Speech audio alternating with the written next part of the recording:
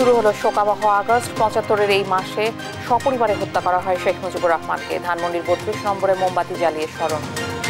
১৪ দিন বন্ধ থাকার পর সীমিত পরিসরে ট্রেন চলাচল শুরু। স্বল্প দূরত্বে চলছে কমিউটার ও মেইল। পরিস্থিতি স্বাভাবিক হলে আন্তনগর চালু। আন্দোলনকে ঘিরে ঢাকায় আটক সহস্রাধিক। নারায়ণগঞ্জে পুলিশের অভিযানে গণহারে শিক্ষার্থী গ্রেপ্তার। মোটা অঙ্কের মুক্তিপণ নেওয়ার অভিযোগ। ছিটমহল বিনিময়ের নবম পর্বটি আজ। স্বাস্থ্য, শিক্ষা ও যোগাযোগের উন্নয়নে বদলেছে জীবনমান। বিশেষ দিন ঘিরে নানা আয়োজন। এবং হামাস নেতা হানিয়া হত্যায় ইসরায়েলে হামলার নির্দেশ খামেনির। যে কোনো প্রকার আঘাত এলে দেয়া হবে কড়া জবাব, নেতানিয়াহুর হুঁশিয়ারি। দেখছিলেন শিরোনাম সংবাদ সকালের সঙ্গে আছি আমি ইশিকা আজিজ। শুরু হলো শোকাবহ আগস্ট।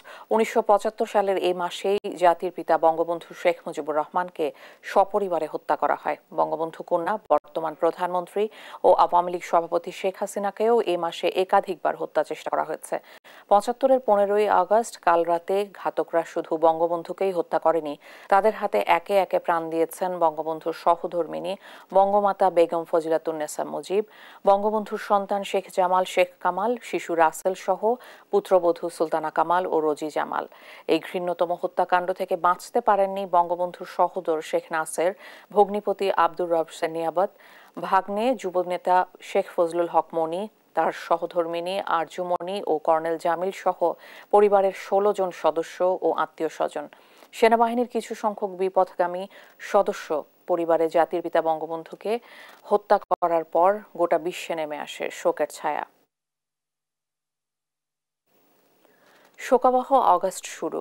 প্রথম প্রহরে ধানমন্ডির ৩২ নম্বরে মোমবাতি জ্বালিয়ে স্মরণ করে বঙ্গবন্ধু পরিষদ।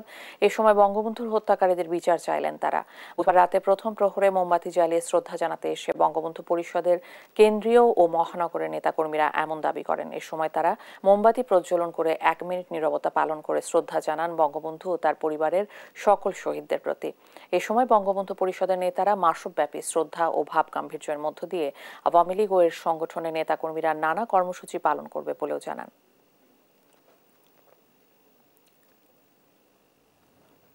আমরা চাই যে আগামী দিনে যে সমস্ত হত্যাকারীরা এখনও যাদের মৃত্যুদণ্ড হয়েছে, কার্যকর হয়নি, দেশের বাইরে অবস্থান করছে, আমাদের বঙ্গবন্ধু পরিষদের থেকে দাবি থাকবে তাদেরকে দেশে ফিরিয়ে এনে তাদের হত্যার যে রায় সেটা যেন কার্যকর করা হয়। দেশবাসীকে সহ নতুন প্রজন্মকে আহ্বান জানাবো এবং মুক্তিযোদ্ধার সন্তানদেরকে আহ্বান জানাবো যে জাতির জনক আমাদেরকে একটি ভূখণ্ড, একটি পতাকা, একটি দেশ দিয়ে গেছেন। আজকে এক ধরনের নেকড়ে সবল মারার জন্য দেশটার মধ্যে হামলে পড়েছে। তাই আমি বিনীতভাবে অনুরোধ করব দেশবাসীকে সজাগ হওয়ার জন্য। জামায়াত শিবিরের রাজনীতি নিষিদ্ধের বিষয়টি প্রক্রিয়াধীন বলে জানিয়েছেন স্বরাষ্ট্রমন্ত্রী আসাদুজ্জামান খান কামাল। বুধবার সন্ধ্যায় সচিবালয়ে এক সংবাদ সম্মেলনে এ তথ্য জানান তিনি। জানান, যে কোনো সময় এ নিয়ে প্রজ্ঞাপন জারি করা হবে। মন্ত্রী বলেন, সন্ত্রাস দমন আইনের ১৮ নম্বর অনুচ্ছেদ অনুযায়ী জামায়াতকে নিষিদ্ধ করা হচ্ছে। যে কোনো মুহূর্তে প্রজ্ঞাপন জারি করা হবে বলেও জানান তিনি। শিবির নিষিদ্ধ, এটা আগেই নিষিদ্ধ ছিল। আপনারা জানেন জিয়াউর রহমান সাহেব এসে আবার তাদেরকে রাজনৈতিক অধিকারটা দিয়েছিল দল করার, এবং এদেশের মুক্তিযুদ্ধের পক্ষের দলগুলি এবং এদেশের সুশীল সমাজ সবাই জামাতকে তখন থেকে নিষিদ্ধ ঘোষণা করার জন্য অবিরামভাবে বলে আসছিল। এটা জনগণের একটা দাবি ছিল। গত পরশুদিন 14 দলের সঙ্গে মিটিং হয়েছে এবং মাননীয় প্রধানমন্ত্রী অনেকের সঙ্গেই মতামত নিয়েছেন। সবাই মাননীয় প্রধানমন্ত্রীকে এই দলটি নিষিদ্ধ করার জন্য, শুধু জামাত ইসলাম এবং শিবির এই দুই দলকে নিষিদ্ধ করার জন্যই পরামর্শ দিয়েছেন।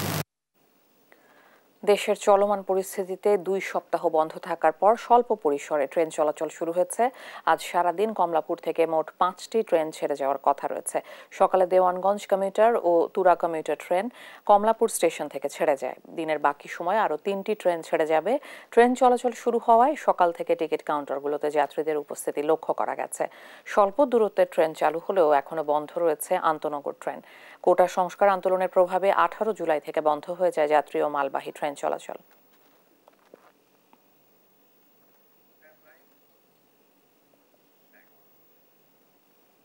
চলমান কোটা সংস্কার আন্দোলনে পুলিশের গুলিতে নিহত, আহত ও নির্যাতিতদের স্মরণে আজ সারা দেশে রিমেম্বারিং দ্য হিরোজ কর্মসূচি পালন করবে বৈষম্য বিরোধী ছাত্র আন্দোলন। গতকাল সন্ধ্যায় গণমাধ্যমে পাঠানো সংবাদ বিজ্ঞপ্তিতে এ তথ্য জানিয়েছেন বৈষম্য বিরোধী ছাত্র আন্দোলনের সহ সমন্বয়ক রিফাত রশিদ। বিজ্ঞপ্তিতে সারা দেশে শিক্ষার্থী শিক্ষকদের উপর হামলার প্রতিবাদ, জাতিসংঘের কাছে সব ঘটনার সুষ্ঠু তদন্ত ও বিচারের দাবিতে এবং ছাত্র সমাজের 9 দফা দাবি আদায়ের লক্ষ্যে এই কর্মসূচির কথা বলা হয়। এছাড়া শিক্ষার্থী, শিক্ষক, অভিভাবক, বুদ্ধিজীবী, পেশাজীবী, শ্রমজীবী ও ব্যবসায়ী সহ সব শ্রেণী পেশার মানুষের প্রতি বৈষম্য বিরোধী ছাত্র আন্দোলনের নতুন কর্মসূচি পালনে সর্বাত্মক অংশগ্রহণের জন্য বিশেষভাবে অনুরোধ জানানো হয়। এর আগে গতকাল বুধবার দেশব্যাপী মার্চ ফর জাস্টিস কর্মসূচি পালন করেন আন্দোলনকারীরা।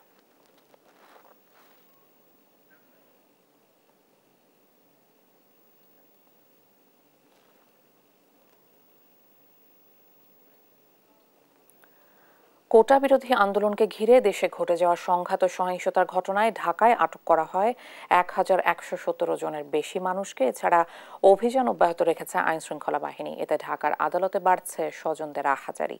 বিস্তারিত ফজলে আদিত্যের রিপোর্টে।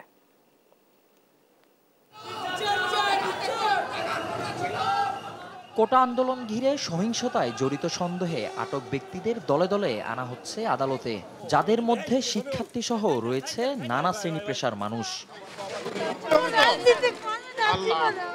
আটক বাবাকে এভাবে জড়িয়ে ধরে কাঁদছে মেয়ে ইলমা।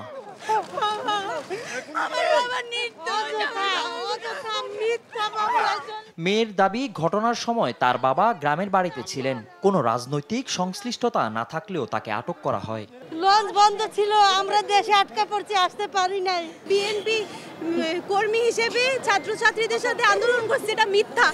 এটার প্রমাণ করতে আমার বাবাকে রিমান্ডে নিবে। প্লিজ আমাদেরকে বাঁচান প্লিজ, আমি আপনাদের কাছে হাত জোড় করি। শেরেবাংলা কলেজের প্রথম বর্ষের শিক্ষার্থী শেখ ফরিদের মায়ের কান্নায় ভারী হয়ে ওঠে আদালত প্রাঙ্গণ। তার দাবি, যাত্রাবাড়ি এলাকায় সহিংসতার ঘটনায় ফরিদকে গ্রেপ্তার করা হয়েছে। শুধু ফরিদই নয়, আদালতে হাজির করা বেশিরভাগই সাম্প্রতিক সহিংসতায় করা মামলার আসামি। আমার স্বামী রিক্সা চালায়, আমি বাসায় কাজ করি। তৃতীয়ত আমার পোলাটারে কষ্ট করে শেরেবাংলা স্কুলে ভর্তি করাইছি। এখন কইছি বাবা একাতে তো চলে না, তুই একটু কর্ম কর। কুরিয়ান সার্ভিসে অফিস তো বন্ধ দেয় না। এখন স্যার ফোন দিছিল, ফোন দিতে বলছে যে তোমরা অফিস করো আর না করো, ফিঙ্গার তো দিয়ে যাইতে হবে। আর হচ্ছে যেটুকু কাজ আছে কাজগুলো তো সম্পূর্ণ করে যেতে হবে। তো ওই দিনও ভাইয়া অফিসের উদ্দেশ্যে রওনা হয়েছে। ধরতে ভাইয়ার ফোন সার্চ করাতে কিছু পায় নাই। যে উপর থেকে যে ভিডিও করে মিছিল যে যাচ্ছে, মিছিলে 2টা ভিডিও পাইছে। পুলিশ আমাদের নিজেই বলছে এই কথা। তো ওইটার উপর ভিত্তি করে ভাইয়াকে ওইখানে রেখে দিছে। শেখ ফরিদ তার বাবা রিক্সা চালক, আমি তার কাছ থেকে কোনো টাকা পয়সাও নেই মানবিক গুণ বিবেচনা করে এই শেখ একজন ছাত্রের জন্য আমি। তবে পাবলিক প্রসিকিউটর আব্দুল্লাহ আবুর দাবি, যাদের গ্রেপ্তার করা হয়েছে তাদের বিরুদ্ধে সুনির্দিষ্ট অভিযোগ আছে। কারণ এখানে যাদের গ্রেপ্তার করছে তাদের তথ্যপত্রের মাধ্যমে, কারণ মামলাগুলো তদন্তাধীন আছে, তদন্ত চলছে, তাদের তথ্যপত্রের মাধ্যমে এবং ভিডিও ফুটেজের মাধ্যমে এবং এর খোঁজ খবর নিয়েই কিন্তু সম্পৃক্ততা পেয়েছে বলেই তাদেরকে গ্রেপ্তার করছে। নিরপরাধ কাউকে আটক করা হলে আইনি প্রক্রিয়ায় জামিনে বের হয়ে আসবেন বলেও জানান তিনি। ফজলে আদিত্য, দেশ টিভি, ঢাকা। নাশকতার মামলায় নারায়ণগঞ্জে পুলিশের অভিযানে গণহারে শিক্ষার্থী সহ নিরীহ মানুষকে হয়রানি ও গ্রেপ্তারের অভিযোগ উঠেছে। আটকের পর মোটা অঙ্কের মুক্তিপণ নেওয়ার অভিযোগ রয়েছে ডিবি পুলিশের বিরুদ্ধে। যদিও পুলিশ বলছে আটক করা হলেও যাচাই বাছাই শেষে ছেড়ে দেওয়া হচ্ছে নিরপরাধীদের। সহকর্মী বিল্লাল হোসাইনের পাঠানো তথ্যচিত্রে টুম্পা আফরোজের ডেস্ক রিপোর্ট।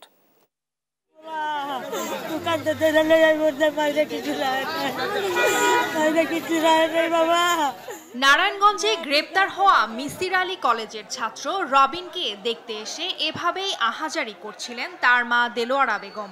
বিনা কারণে তার ছেলেকে ডিবি পুলিশ ধরে নিয়ে গেছে বলে বারবার দাবি করছিলেন তিনি। তার মতো গ্রেপ্তার হওয়া আরেক এইচএসসি পরীক্ষার্থী আবু রায়হান এখনো কারাগারে বন্দী। অকারণে গ্রেপ্তার করা হয়েছে দাবি স্বজনদের। তাদের মতো এমন অনেকের স্বজনরা এখন ঘুরছেন আদালত চত্বরে, জানাচ্ছেন অসহায়ত্বের কথা।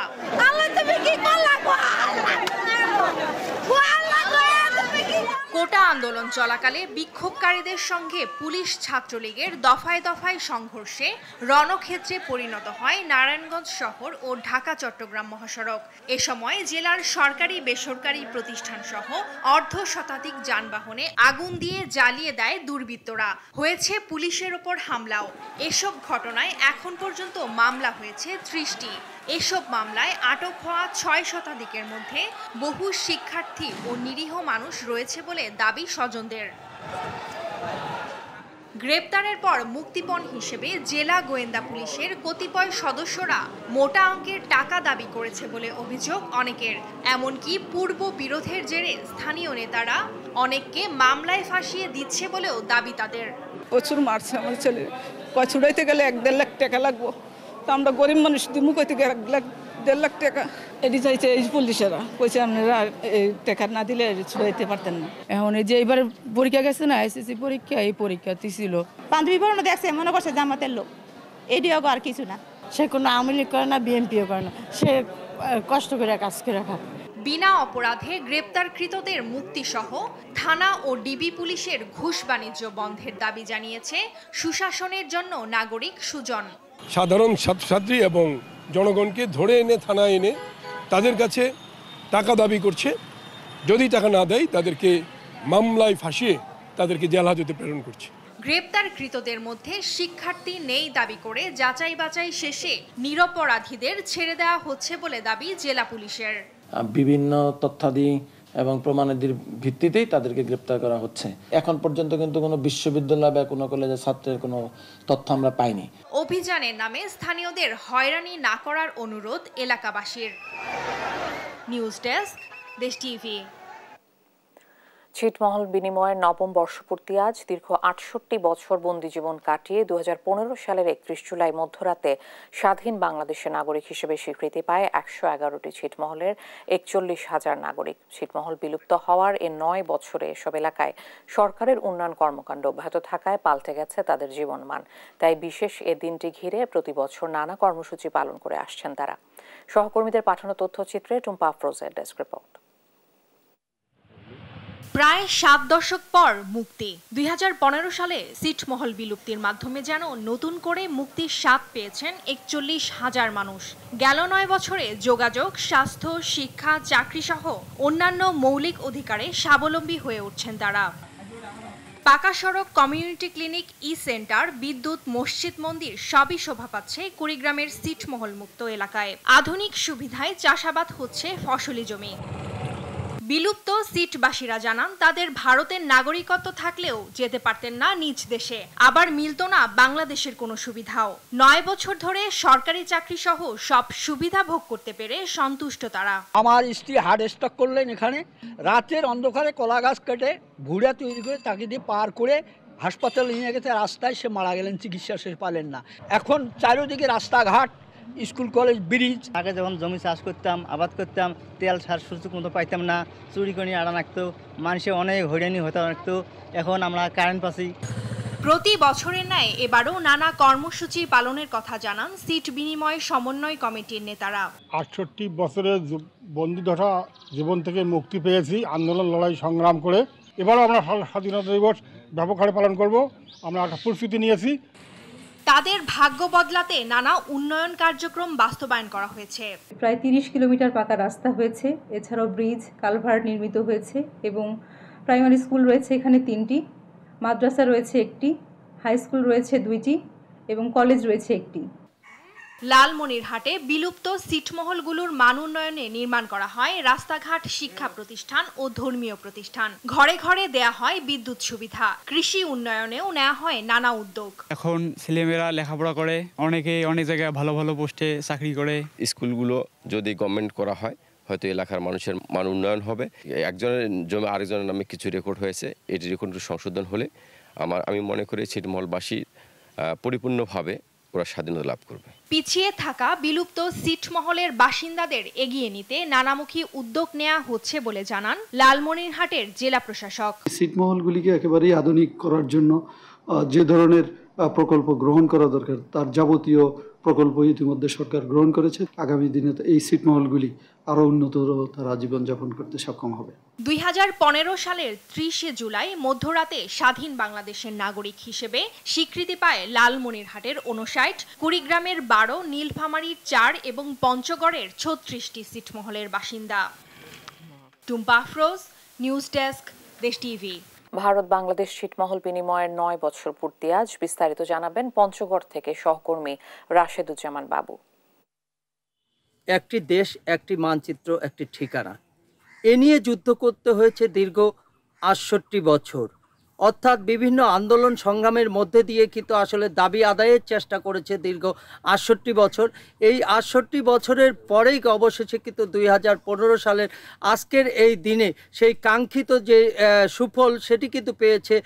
অর্থাৎ পঞ্চগড়ের অভ্যন্তরে 36টি এবং সারা বাংলাদেশে 111টি যে ছিটমহল রয়েছে তার অধিবাসীরা। আমরা দেখেছি যে আজকে 9 বছর পূর্তি হলো। এই 9 বছরে কিন্তু আসলে বর্তমান সরকার ক্ষমতায় রয়েছে। এই সরকার কিন্তু বিশেষভাবে নজর দিয়েছে কিন্তু এখানকার যারা উন্নয়ন বঞ্চিত ছিল 68 বছর, এই 68 বছরে কিন্তু সেই উন্নয়নের ছোঁয়া 9 বছরেই অনেকটা লেগেছে বলে আমরা জানতে পেরেছি। বিশেষ করে আমরা দেখেছি যে আমার পিছনে যে হর্টিকালচার রয়েছে সেটি একটি ভবন। এমনি করে কিন্তু 36টি ছিটমহলেই মসজিদ, মন্দির, শিক্ষা প্রতিষ্ঠান থেকে শুরু করে বিভিন্ন কলকারখানা কিন্তু গড়ে উঠেছে। ইতিমধ্যে কিন্তু আসলে তারা তাদের যে নাগরিকত্ব সেই নাগরিকত্ব কিন্তু ফিরে পেয়েছে। এখন তারা ভোট প্রয়োগ করতে পারে। এখন তারা চাইলেই বয়স্ক ভাতা, বিধবা ভাতা, বিভিন্ন ঋণ সুবিধা থেকে শুরু করে সমস্ত সুযোগ সুবিধা কিন্তু আসলে পায়। এখন তাদের নিজস্ব একটি ঠিকানা রয়েছে। এই ঠিকানায় আসলে তারা বসবাস করছে।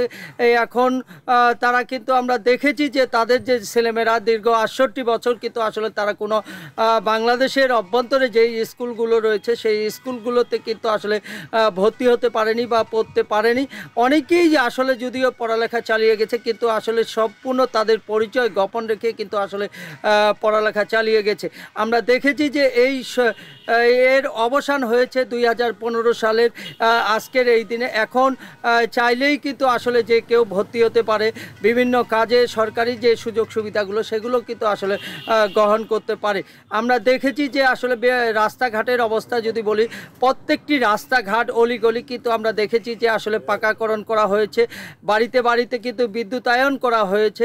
এমনি করে কিন্তু স্যানিটারি ন্যাপকিন থেকে শুরু করে সব রকমের যে সরকারি সুযোগ সুবিধাগুলো সাধারণ একজন নাগরিক যেভাবে পেয়ে থাকে সেই রকমভাবে কিন্তু আসলে এই বঞ্চিত মানুষগুলো কিন্তু এখন এই 9 বছরে কিন্তু অনেকটা পেয়েছে। তারপরেও কিন্তু আমরা দেখেছি যে এইখানকার যারা মানুষ রয়েছে অর্থাৎ ছিটমহল অর্থাৎ নতুন বাংলা যেটাকে আমরা বলি, যে 36টি ছিটমহলে যে নতুন বাংলা যে বাসিন্দারা রয়েছে তারা বলছে যে আসলে অনেক সুযোগ সুবিধা থাকলেও কিন্তু আসলে কিছু কিছু মানুষের জন্য অর্থাৎ স্থানীয় নেতৃবৃন্দর জন্য কিন্তু আসলে তারা অনেকাংশ বঞ্চিত হচ্ছে। অনেকেই বলছে যে আসলে তারা যাদের পছন্দ মতো যারা তারাই কিন্তু আসলে এই সুযোগ সুবিধা পাচ্ছে। অনেকেই যারা অপছন্দনীয় ব্যক্তি অর্থাৎ তারা কিন্তু এই সুযোগ সুবিধাগুলো পাচ্ছে না, যেই কারণে কিন্তু বারবার কিন্তু আসলে তারা বলছে যে আসলে এটি সঠিক নিয়মে হওয়ার দরকার, অর্থাৎ সবার জন্য সমান হওয়া দরকার। যেহেতু পিছিয়ে পড়া জনগোষ্ঠীর জন্য শেখ হাসিনা বিশেষ উদ্যোগ নিয়েছে, সেই উদ্যোগের অংশীদারিত্ব হতে চায় এবং এর সুযোগ এবং সুফল ভোগ করতে চায়। এই ছিল পঞ্চগড় থেকে আমার কাছে সর্বশেষ সংবাদ। যাচ্ছি অন্য প্রসঙ্গে। দেশে চলমান অস্থিরতার প্রভাব পড়েছে 3 পার্বত্য জেলার পর্যটনে। ভ্রমণ পিপাসুদের উপস্থিতি না থাকায় আর্থিক লোকসানে পড়েছেন এ খাত সংশ্লিষ্টরা। কাজ হারিয়ে কষ্টে দিন কাটছে এ খাতে শ্রমজীবীদের। গত 10 দিনে 3 পার্বত্য জেলা লোকসানের পরিমাণ প্রায় 10 কোটি টাকা। সহকর্মীদের পাঠানো তথ্য ও ছবিতে ফারজানা ইসলামের ডেস্ক রিপোর্ট। প্রতিবছর বর্ষায় প্রকৃতির নৈসর্গিক সৌন্দর্য উপভোগে খাগড়াছড়িতে ব্যাপক পর্যটক উপস্থিতি থাকলেও এবারের চিত্র একেবারেই ভিন্ন। কোটা আন্দোলনের প্রভাবে এখন স্পটগুলোতে শুধুই শুনশান নীরবতা। এতে ব্যাপক লোকসানের মুখে এ খাতের ব্যবসায়ীরা। আমাদের আগে প্রতিদিন নর্মালি 20 হইতে 25টা গাড়ি যাইতো, আর শুক্রবারে 80 হইতে 90টা গাড়ি চলাচল করতো সাজেক রোডে। দেশের বর্তমান সার্বিক পরিস্থিতি আমাদের দৈনিক গাড়ি 1 থেকে 2টা গাড়ি যায়। টুরিস্টের ভিতরে তো আমাদের অনেক কম ব্যবসা বলতে গেলে, টুরিস্ট যখন কম আমাদের ব্যবসাও তো অনেক কম আছে। আলুটিলা, রিসাং ঝর্ণা, হর্টিকালচার পার্ক সহ সবকটি কেন্দ্রই এখন পর্যটক শূন্য। এতে হতাশ পর্যটকবাহী পরিবহন চালক শ্রমিকরাও। জেলায় এ খাতে লোকসান প্রায় 2 কোটি টাকা। আর্থিকভাবে প্রায় 80% মতন ক্ষতি হয়েছে। আশা করছি যে ক্ষতিটা হয়েছে সেটা অনেকাংশে আমরা কাটিয়ে উঠতে পারব। এদিকে সিম্বল অফ রাঙ্গামাটি খ্যাত ঝুলন্ত সেতুর বর্তমান অবস্থা এটি। একেবারেই শুনশান নীরবতা। ঝুলন্ত সেতুর টুরিস্ট বোটগুলোর স্থান এখন ঘাট। একই অবস্থা জেলার অন্যান্য বিনোদন কেন্দ্রগুলোতেও। পর্যটন কর্পোরেশনের দৈনিক গুনতে হচ্ছে 50,000 টাকা লোকসান। গত 10 দিনে পুরো জেলায় লোকসানের পরিমাণ প্রায় 4 কোটি টাকা। গত শীত হওয়ার কারণে আমাদের হোটেল একেবারে শূন্য হয়ে যায়। এ কারণে আমাদের প্রায় আনুমানিক গড়ে প্রতিদিন 50,000 টাকা ক্ষতি হয়েছে। রাঙ্গামাটি পার্বত্য জেলায় পর্যটন খাতে এবং পর্যটন সংশ্লিষ্ট যারা আছে সবকিছু মিলিয়ে প্রায় 4 কোটি টাকার উপরে এখানে ক্ষতি হয়েছে। পাহাড়ি কন্যা হিসেবে পরিচিত জেলা বান্দরবান। বর্তমানে জেলার 74টি স্পটের অধিকাংশ এলাকায় নেই পর্যটকের বিচরণ। এতে 80টি হোটেল, মোটেল, রিসোর্ট, 450টি যানবাহন ও 350টি যন্ত্রচালিত নৌকার মালিক ক্ষতির মুখে। ফলে কর্মসংস্থান হারিয়েছেন পর্যটনের উপর নির্ভরশীল কয়েক হাজার মানুষ। এখানকার পর্যটন শিল্প আইসিইউতে। এখানকার অর্থনীতি সচল থাকে, ব্যবসা বাণিজ্য চাঙ্গা থাকে যদি পর্যটক আসে। পর্যটক না থাকলে এখানকার মানুষের অর্থনৈতিক অবস্থা খুবই করুণ অবস্থায় থাকে। খারাপ সময় কাটিয়ে শীঘ্রই পর্যটন কেন্দ্রগুলো আবারও মুখরিত হবে পর্যটকে, এমনই আশা ব্যবসায়ীদের। ফারজানা ইসলাম, নিউজ ডেস্ক, দেশ টিভি। কারফিউ শিথিলে জনজীবন স্বাভাবিক হতে থাকলেও খাগড়াছড়ি পর্যটন কেন্দ্রগুলো কতটা স্বাভাবিক হয়েছে তা জানাবেন সহকর্মী অপু দত্ত। কোনোভাবে আসলে খাগড়াছড়ির পর্যটনের অচল অবস্থা আসলে কাটছে না। একের পর এক ঘটনা প্রবাহ আসলে খাগড়াছড়ির পর্যটন খাতকে আসলে পিছিয়ে দিচ্ছে। আপনারা জানেন যে সর্বশেষ যে কোটা ইস্যু, এই কোটা ইস্যুর কারণেই মূলত গত 15 দিন ধরে খাগড়াছড়িতে কোনো রকম পর্যটক নেই। এবং এর আগে যে পাহাড় ধস, তারপর বন্যা, প্রাকৃতিক দুর্যোগের কারণেই কিন্তু খাগড়াছড়িতে কোনো পর্যটক ছিল না। তো একের পর এক এই প্রাকৃতিক এবং এই অস্থিরতাগুলোর কারণে খাগড়াছড়ি একদম পর্যটক শূন্য বলা যেতে পারে। এখন আসলে খাগড়াছড়ির পর্যটন খাত মুখ থুবড়ে পড়েছে। আমরা এখানকার সংশ্লিষ্ট ব্যবসায়ীদের সাথে কথা বলেছি।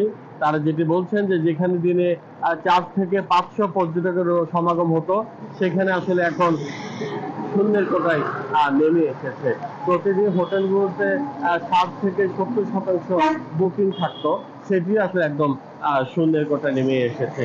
আর আপনারা জানেন যে দেশের সবচেয়ে ক্রেজি স্পট বলা হয় সাজেককে। সেই সাজেকেও আসলে এখন একদম শুনশান নীরবতা বিরাজ করছে। সেই সাজেকে যেখানে প্রচুর পরিমাণ পর্যটকবাহী গাড়ি যাতায়াত করতো, সেই সংখ্যায় আসলে 1-2 নেমে এসেছে। তো পর্যটন সংশ্লিষ্টরা বলছেন যে গত 15 দিনে শুধুমাত্র 2 থেকে 2.5 কোটি টাকার পর্যটন খাতে ক্ষতি হয়েছে। এবং হোটেল মোটেলগুলোতে আসলে কর্মজীবী যারা আছেন তাদেরকে আসলে বেতন দেওয়া কষ্টসাধ্য বলছেন। একই সাথে যারা পর্যটকবাহী যানবাহন চলাচল করেন তাদেরও আসলে খারাপ সময় যাচ্ছে বলে তারা বলছেন। এইসব বিষয় মিলে আসলে তারা নিজেদের হতাশা প্রকাশ করেছেন। কদিন আগাতেই মানে অচল অবস্থা কাটবে সেটি আসলে পরিষ্কার না হলেও সংশ্লিষ্টরা বলছেন যদি কাটে সেক্ষেত্রে কিছুটা হলেও লোকসান কাটিয়ে ওঠা সম্ভব হবে। তবুও প্রশাসনের পক্ষ থেকে বলছে খাগড়াছড়ির নিরাপত্তা ব্যবস্থা মানে আগের চেয়ে ভালো, যার কারণে পর্যটক আসতে সার্বিক পরিস্থিতি আসলে তাদের অনুকূলেই থাকবে। তো সব মিলে আসলে খাগড়াছড়ির এই ছিল পর্যটনের সমস্যা।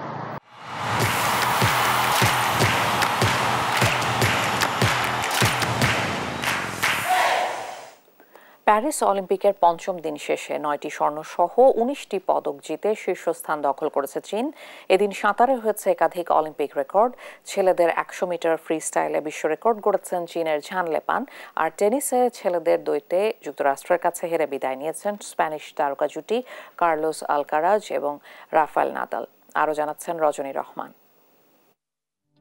পঞ্চম দিনটা নিজেদের করে নিয়েছেন সাঁতারুরা। এদিন একের পর এক রেকর্ড গড়ায় মেতেছিলেন তারা। একই দিনে অলিম্পিক রেকর্ড সহ 200 মিটার বাটারফ্লাই এবং 200 মিটার ব্রেস্টস্ট্রোক জয়ের কীর্তি গড়েছেন ফরাসি সাঁতারু লিও মার্শা।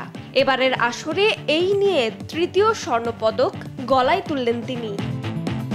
মার্শারের এমন কীর্তির দিনে ছেলেদের 100 মিটার ফ্রি স্টাইলে বিশ্ব রেকর্ড গড়েছেন চীনের ঝানলে পান। এই ইভেন্টের আগের বিশ্ব রেকর্ডটিও ছিল পানের দখলেই। এদিকে মেয়েদের 1500 মিটার ফ্রি স্টাইলে অলিম্পিক রেকর্ড গড়ে প্রথম হয়েছেন যুক্তরাষ্ট্রের কেটি লেডেকি। আর মেয়েদের 100 মিটার ফ্রি স্টাইলে জিতেছেন সুইডিশ সাঁতারু সারা শোস্ট্রম। ছেলেদের টেনিসের দ্বৈততে যুক্তরাষ্ট্রের কাছে হেরে বিদায় নিয়েছেন স্প্যানিশ জুটি কার্লোস আলকারাজ এবং রাফায়েল নাদাল। যুক্তরাষ্ট্রের অস্টিন ক্রাইচেক এবং রাজীব রাম জুটির কাছে 6-2 ও 6-4 গেমে হারেন তারা। এর আগে ছেলেদের এককে জকোভিচের কাছে হেরেছেন নাদাল। পঞ্চম দিনে জুডোতে আধিপত্য দেখিয়েছেন ইউরোপীয় অ্যাথলেটরা। মেয়েদের 70 কেজি ওজন শ্রেণীতে গোল্ড মেডেল জিতেছেন ক্রোয়েশিয়ার বারবার মাটিচ। ছেলেদের 90 কেজি ওজন শ্রেণীতে স্বর্ণপদক পেয়েছেন জর্জিয়ার লাসা ভিকাউলু।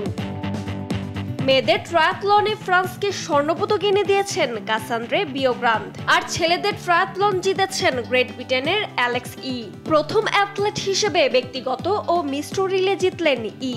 এদিকে ট্র্যাক শুটিং এর স্বর্ণপদক নিজের করে নিয়েছেন গুয়েতমালার আন্দ্রিয়ানো রুয়ানো। প্যারিস অলিম্পিকের মেডেল টেবিলের শীর্ষস্থানটা গত দুদিন ধরে নিজেদের দখলে রেখেছিল জাপান। তবে পঞ্চম দিনে এসে জাপানকে হটিয়ে শীর্ষস্থান দখল করেছে চীন। 9টি স্বর্ণপদক সহ মোট 19টি পদক জিতেছে তারা। 8 স্বর্ণ সহ 15 পদক জেতা জাপান নেমে গেছে তৃতীয় স্থানে। রজনী রহমান, স্পোর্টস ডেস্ক, দেশ টিভি। এ পর্যায়ে সংবাদ শিরোনাম জানিয়ে দিচ্ছি আরেকবার।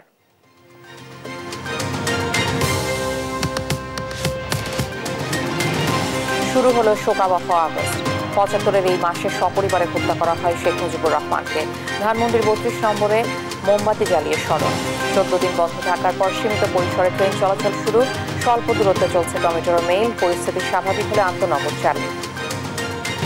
আন্দোলনকে ঘিরে ঢাকায় আটক সহস্রাধিক। নারায়ণগঞ্জে পুলিশের অভিযানে গণহারে শিক্ষার্থী গ্রেপ্তার। মোটা অঙ্কের মুক্তিপণ নেওয়ার অভিযোগ।